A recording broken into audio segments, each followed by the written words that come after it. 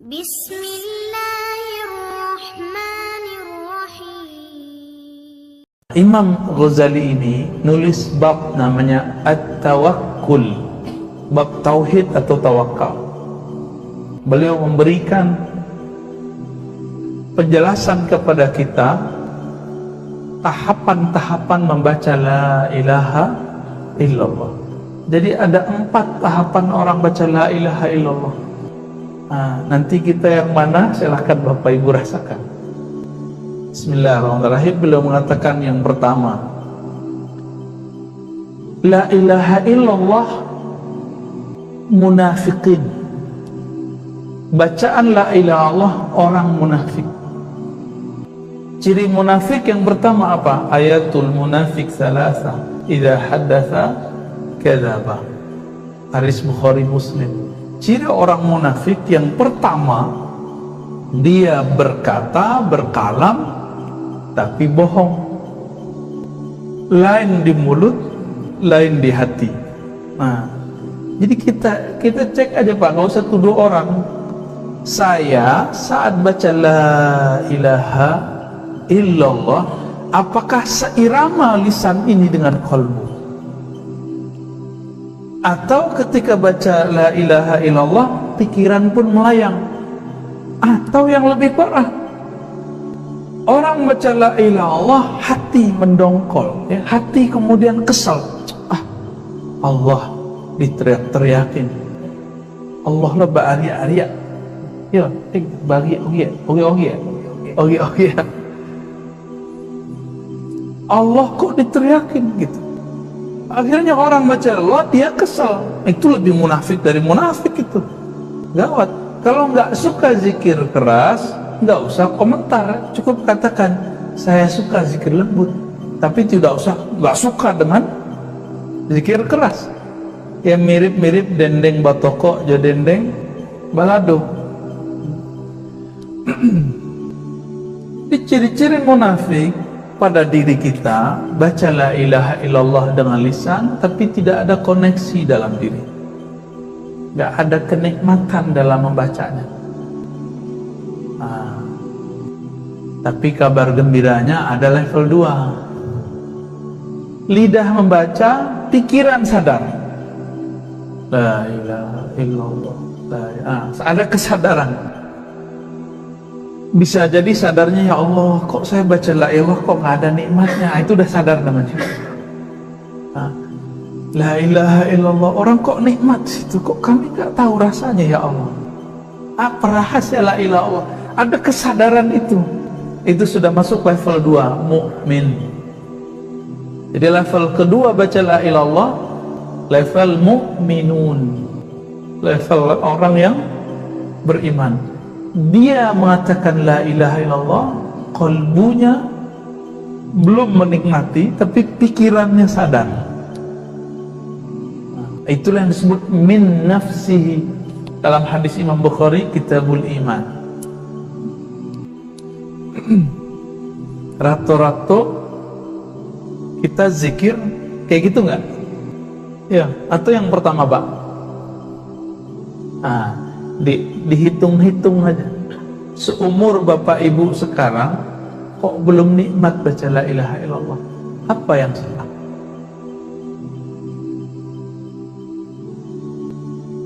Kalau diajak oleh seseorang makan apa yang lama di Lintau ya?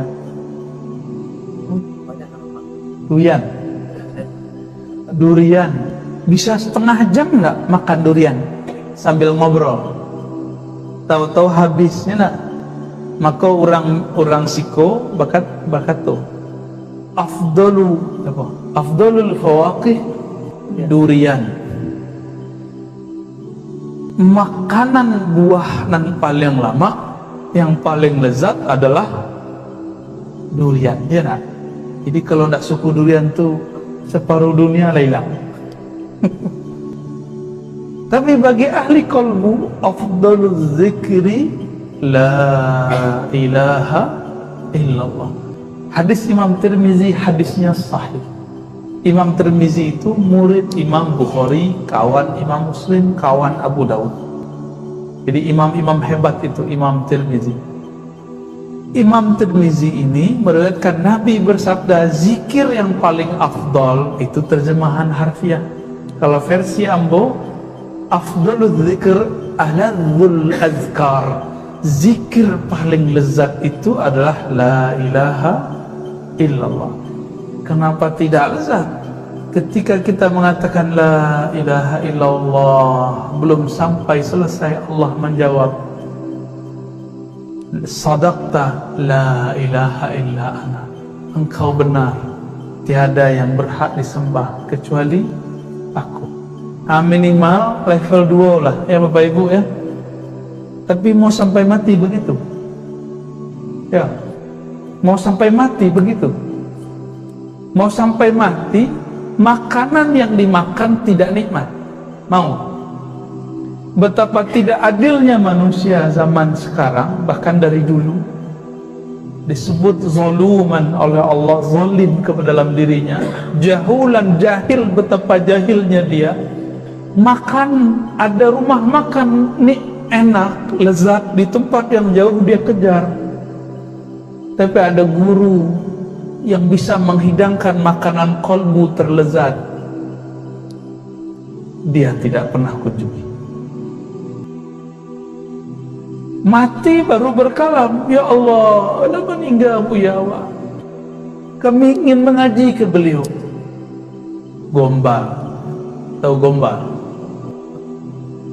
Orang-orang begini akan begitu terus. Nanti ada ulama lagi, oh Rasulullah, nunggu mati dulu baru ngomong begitu. Tapi orang-orang yang sudah merasakan nikmatnya la ilaha illallah, apa kata Imam Yahya bin Mu'az Ar-Razi, salah satu imam salafus saleh. Jadi salaf itu bukan nyala-nyalain orang mulu, Pak, beda-beda orang mulu. Salaf itu ngomong la ilaha illallah. Yahya bin Mu'az Ar-Razi mengatakan, orang-orang yang percaya kepada Allah, kenal kepada Allah, akan mencium harumnya kalimah itu dari wali-wali Allah. Jadi kalau betul kalbu kita ini beres, maka penciuman dalam kalbu itu bisa mencium siapa saja yang kalimah la ilaha illallah itu subur dalam kalbunya. Oleh karena itu, wali-wali Allah pun, walaupun dia bersembunyi di tempat yang gelap, bersembunyi di pelosok, menyamar jadi manusia biasa, bekerja seperti orang biasa, tapi bisa dikenali oleh orang-orang yang sudah menikmati baca la ilaha illallah. Itulah kalam Yahya ibn Mu'az Ar-Razi.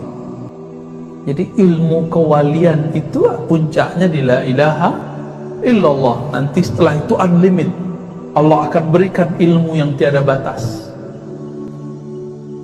dan itu harum, ya, yashummuhu ahluhu. Orang yang ahli dalam zikir itu akan mampu menciumnya, dia akan mengejarnya sampai ketemu. Maka dulu salah satu kemuliaan orang-orang Lintau, ada ayahanda beliau Abu Ya Syekh Haji Bashir An-Naqsyabandi. Beliau buka dulu tempat iktikaf khalwat suluk ya. Itu surau suluk mungkin sudah antum lah yang hidup pintar ya. Ya mungkin sudah stagnan karena beliau wafat. Semoga nanti anak dan murid-muridnya melanjutkannya, supaya kehariman itu dicium kembali oleh orang-orang yang mengerti la ilaha illallah ya.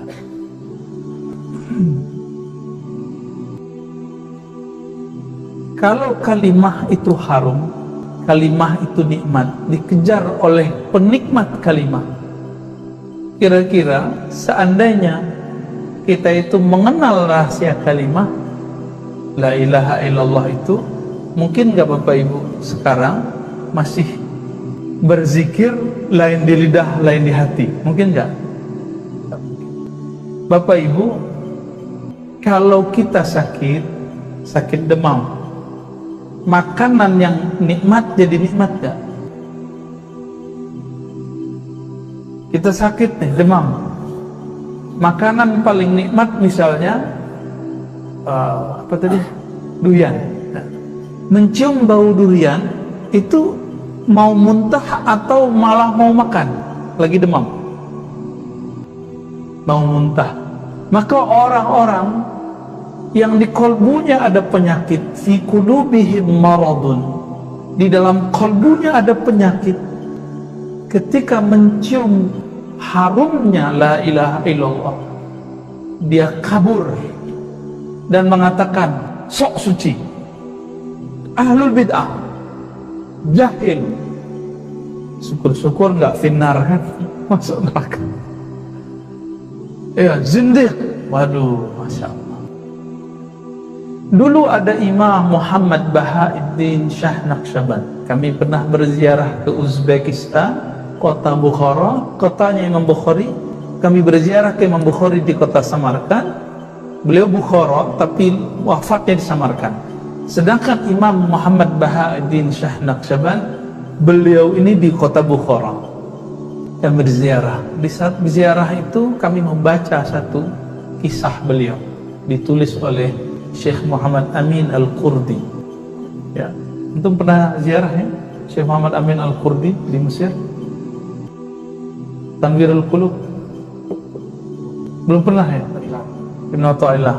Jauh-jauh ke Mesir nggak ziarah ke Muhammad Amin Al-Qurdi? Ketemu Fatih Hijazi, Syekhul Lughawi ya.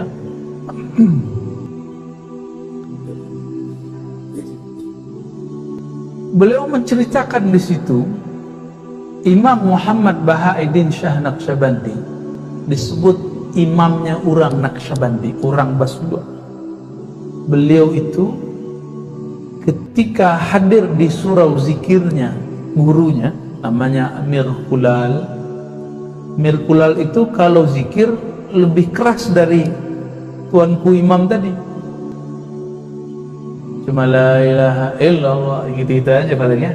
Kalau Amir Kulal enggak la ilaha illallah, la ilaha, kayak merong perang, Pak. Karena saat itu sering terjadi perang mendadak. Maka murid-murid yang sudah masuk kalimah la ilallah dalam dirinya itu nggak ada rasa takut kepada apapun kecuali Allah Subhanahu wa ta'ala. Tapi Imam Bukhari dia sedang menikmati satu ayat, wazkur rabbaka fi nafsi tadarruan wa khufyatan dunal jahri minal qaul. Gitu ayatnya, Bu. Sebutlah nama Rabbmu, nama Allah di dalam qalbumu. Siapa nama Allah? Ya Allah itu. Sebut dalam qalbumu, dalam jiwamu, dalam dirimu, dengan penuh kerendahan hati dan khafi. Tidak lagi dijaharkan dengan lisan. Beliau sedang asik dengan ayat itu. Maka kalau dengar orang zikir la ilaha illallah keras-keras, beliau tidak ingkar, tapi beliau kemudian mencari tempat sendiri di luar masjid. Akhirnya murid-murid, asisten-asisten khalifah Mir Kulal mulai curiga kepada beliau. Jangan-jangan ini orang-orang, kalau sekarang apa ya? Apa sebutannya, Ustaz?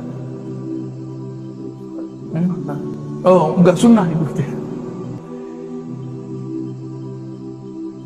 Dilaporkanlah bahwa Imam Muhammad Bahauddin masih muda kepada gurunya oleh murid-murid tua. Tuan guru Mir Kulal ada murid kurang ajar, namanya Bahauddin. Tuan guru imam berzikir, beliau kabur. Mir Kulal kira-kira marah, malah senyum. Kalian nggak tahu siapa Muhammad Bahauddin Shah Naqsyaband. Beliau itu sedang asik dengan ayat wazkur rabbaka fi nafsik. Sebut nama Allah dalam dirimu, tidak lagi dijaharkan dengan kalam. Bingung murid-muridnya. Harapan si murid Muhammad Bahauddin Shah Naqsyabandi disidang, tapi bukan disidang, Pak, malah dipuji. Bahkan Mir Kulal mengatakan nanti yang melanjutkan aku dia. Dan betul lah, sanad zikir qalbu, zikir khafi Zikir dari dalam diri, dipejamkan mata, dikunci lidah, mata menunduk, kepala menunduk. Itu kemudian disebut dengan Thariqah Naqsyabandiyah sampai ke negeri Lintau, sampai ke Batu Sangka, dan yang membawa itu Syekh Ismail Simabur ke Tanah Datar. Malam tadi kami membahas itu. Dan Syekh Abdurrahman Kumango, bedanya orang kok zikir keras sama zikir lembut. Di Jauh Syekh Muhammad Jamil Jauh, kemudian Syekh Zakaria Labai, Sati masih banyak. Di sekitar Lintau ini kalau kita cek dulu banyak surau-surau. Itu dibawa dari sana tuh dulu. Ya. Berkembang sampai ke India, sampai kemana, sampai ke Mekah, Jabal Abi Qubais, dan berkembang sampai ke negeri kita. Zikirnya lembut, makanya orang suluk itu kalau zikir bukan zikir ba'da sholat itu yang mereka amalkan, itu zikir harian seperti di sini. Zikir mereka, kepala ditutup, mata dipejam, lidah dikunci, kolbulah yang menyebut, tasbih berjalan. Ya. Adapun zikir ba'da sholat la ilaha illallah itu zikir harian, bukan zikir Naqsyabandi. Ya. Oleh karena itu Bapak Ibu yang bukan Allah, kami berharap semoga ke depan tambah pede dalam berzikir, gak usah mikir lagi. Ya. Maqam ketiga,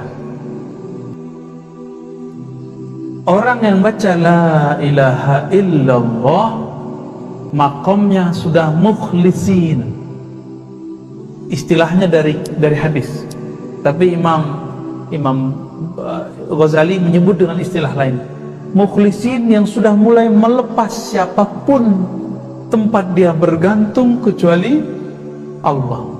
Orang yang berusaha melepaskan ketergantungannya ke makhluk, ke guru, ke kawan, ke orang tua, ke tempat bekerja, ke umat, dia hanya bergantung kepada Allah Subhanahu wa ta'ala. Dan dimaknai la fa'ila illallah, tiada yang berbuat kecuali Allah. Itulah makna yang tadi, inilah yang lezat. Tiada yang memberi rezeki kecuali Allah, tiada yang menghidup mematikan kecuali Allah. Ada orang tidak menginginkan anak, tapi Allah kasih anak. Ada orang menginginkan anak bertahun-tahun, Allah belum izin kasih anak. Suka-suka Allah. Ada orang ingin dapat kerjaan A, tapi dikasih pekerjaan B. Suka-suka Allah. La ilaha illallah. Dulu waktu kami masih remaja, umur 14 atau 15 tahun, 13 tahun lah ya, datang ke tuan guru kami, Syekh Hasan Basri, kawan dari Syekh Bashir, orang Lintau, beliau orang Piladang. Ya, kami suka menyebut nama beliau. Maulana Syekh Hasan Basri ini biasanya kami ngaji hari Selasa malam. Hari Selasa malam Rabu. Pada malam itu nggak ada yang datang kecuali saya dan ayahanda. Lalu beliau memimpin sholat, saya azan, qomat, lalu beliau memimpin sholat di rumahnya. Di saat berzikir la ilaha illallah, saya merasakan nikmatnya apa yang disebut Imam Ghazali itu. Padahal waktu itu belum membaca kitab Imam Ghazali, baru akan dibuka oleh tuan guru Syekh Hasan Basri Jalil. Apa makna yang muncul? Tiada yang berbuat, bahkan tiada yang menggerakkan lisan ini membaca la ilaha illallah kecuali Allah. Bapak Ibu yang melakukan Allah, kadang-kadang kita merasa GR, merasa sok suci. Sudah sholat sekian tahun tidak pernah meninggalkan sholat jamaah, lalu merasa orang yang tidak sholat jamaah munafik. Kadang-kadang kita merasa kita ini belajar thariqat ini, thariqat itu, atau belajar manhaj ini, manhaj itu, dan merasa sudah paling baik. Ternyata merasa paling baik itu adalah syirik yang tersembunyi. Saat kita kemudian dipuji orang merasa senang, di saat itu kita sudah memakai salah satu pakaian Allah. Pakaian Allah itu adalah al-kibriya dan al-hamd. Maka Allah memukul rata, memangkas. Apa kata Allah? Alhamdulillahi Rabbil. Pujian itu hanya milikku. Jadi kalau ada orang muji, oh Tuhan rajin sekali sholat, oh ibu solehah sekali, oh Tuhan alim sekali, itu pujian, pulangkan kepada Allah. Dipulangkan kepada Allah, jangan pandang kita yang dipuji. Kapan boleh kita menerima pujian? Kalau pujian itu dikembalikan kepada Allah SWT. Maka ketika membaca la ilaha illallah boleh memaknai itu. Tiada yang berhak dipuji, tiada yang alim, tiada yang memberikan kesolehan ini kecuali Allah. Satu kali ada seorang murid mengadu kepada Imam Ibn Athaillah Sekandari. Apa yang dia adukan? Wahai Tuan Guru, Ibn Athaillah pengarang hikam, aku zikir tapi kok nggak nikmat. Tapi dia sadar, kok nggak nikmat ya Allah. Akhirnya Ibn Athaillah mengatakan, wahai muridku, la tatrukiz dzikra li adami hudurika. Jangan engkau tinggalkan zikir meskipun zikirnya belum nikmat. Apa sebab? Tiadalah orang berzikir kecuali Allah sedang meminjam lisannya dan memberikan karamah kepadanya. Ketika semua lisan bergunjing, semua lisan merendahkan, semua lisan membicarakan selain Allah, lisan kamu membaca kalimah yang beratnya lebih berat dari langit dan bumi. Syukurnya alhamdulillah Bapak Ibu, kita tidak melihat rahasia la ilaha illallah. Kalau Bapak Ibu dikasih lihat baca la ilaha illallah, itu nggak kuat Pak, bisa pingsan-pingsan, bisa mati mendadak. Maka disebut dulu banyak orang fana ketika baca la ilaha illallah, karam dalam kalimat. Banyak dari dulu, banyak yang meninggal gila baca la ilaha illallah. Kawan kami, sahabat kami, secara umur senior tapi secara ngaji dulu barengan, kita ngaji kemana-mana ya. Dulu nama beliau yang dari Koto Panjang ya, Buya siapa dulu? Malim Putih, Mursyid Tarekat Naqsyabandiyah, Mursyid Tuan Syekh muda ya. Kami pernah datang sekali ke suraunya, diundang ceramah.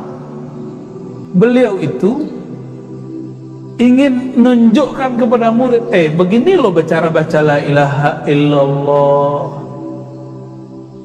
Keasikan.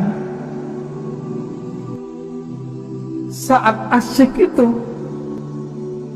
rohnya lebih suka bersama yang punya nama Allah daripada tubuh yang membaca. Maka berpisahlah nyawa dengan badan. Saat beliau baca la ilaha illallah, Allah panggil dengan terhormat. Betapa indahnya meninggal saat seperti itu ya. Orang begitu masih dianggap sesat Bapak Ibu. Videonya banyak ya waktu itu ya, kami terharulah. Ya Rabb, inilah permintaan beliau. Ternyata beliau ini dan kawan-kawan setiap satu bulan itu ada 2 kali buat khataman la ilaha illallah 70.000. Pindah-pindah surau masjid. Dan zikirnya versi Mirkulal, bukan versi Bahauddin Shah Naqsyabandi. Zikir ikhlas, la ilaha illallah. Dan yang hadir lebih banyak dari ini Bapak Ibu. Zikir semalam dibagi-bagi, kira-kira di satu orang 1.000. Kalau 70 orang sudah 70.000. Maka mereka zikir malam itu masing-masing 10.000.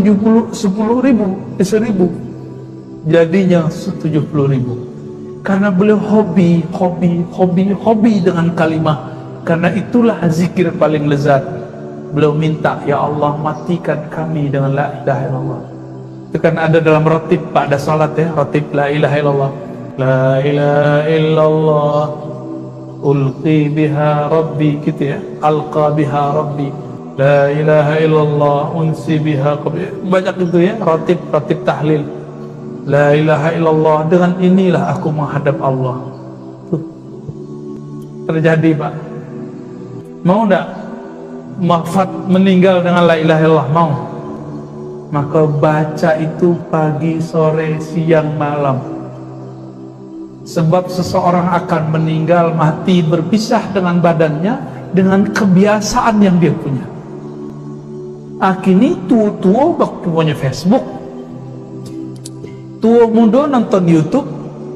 Kalau dulu di zaman kami masih remaja lah, ngaji je orang tua-tua, itu dipesani jangan saingi guru godang. Guru godang tuh TV. Ini gurunya ketek, namanya YouTube, handphone. Sama tuh, di mana orang nonton handphone. Mau tidur, ketiduran nonton handphone. Syukur-syukur yang ditonton tentang la ilaha illallah. Kalau enggak, tahu-tahu pindah alam Pak, dijemput dalam tidurnya oleh malaikat maut. Bangun-bangun cari handphone, tahu-tahu masuk ke dalam alam barzakh. Kira-kira bangun-bangun. Jadi orang meninggal tuh nggak sadar kalau dia mati. Dicari-carilah handphone, dicari-carilah orang rumah samping kiri kanan. Kiranya alam lah berubah. Datanglah seseorang bertanya, "Hei, man rabbuk? Siapa Tuhanmu?" Baru kaget, barunya sadar, berteriaklah saat itu. Teriakan itu didengar oleh semua makhluk illa tsaqalain. Hadis Bukhari Muslim. Teriakan itu didengar oleh semua makhluk. Ayam, anjing, pohon, cicak, rumput, air, semua mendengar teriakan itu kecuali dua makhluk yang sombong, manusia dan jin. Tak dengar. Jadi pertanyaan pertama dalam kubur bukan Bapak itu setiap tahun ya haji, enggak. Setiap tahun umroh, enggak ditanya. Berapa kali khatam? Enggak. Haji silakan, umroh bagus, khataman bagus. Tapi nanti bukan itu pembukaan pertanyaan. Itu nanti kawan di kubur. Jadi kalau Bapak punya khataman, sholat, zikir, itu kawan di kubur. Tapi pertanyaan pertamanya bukan itu. Pertanyaan pertamanya pertanyaan keilmuan kolbu, ilmuwan rohani.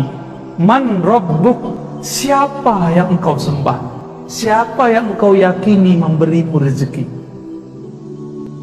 Suami, istri, anak yang sudah sukses, tempat bekerja, negara, sawah. Enggak, ya.